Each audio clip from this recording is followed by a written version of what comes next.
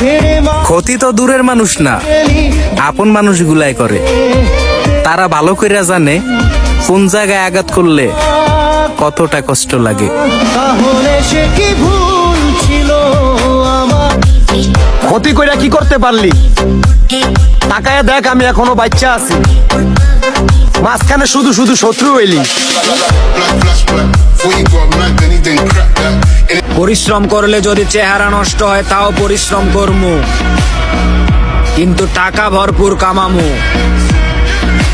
যেই দিন অনেক টাকা পয়সার মালিক হইয়া যামু, ওই দিন না হয় চেহারা সোনার উপর পানি দিয়া ধুইয়া নিমু।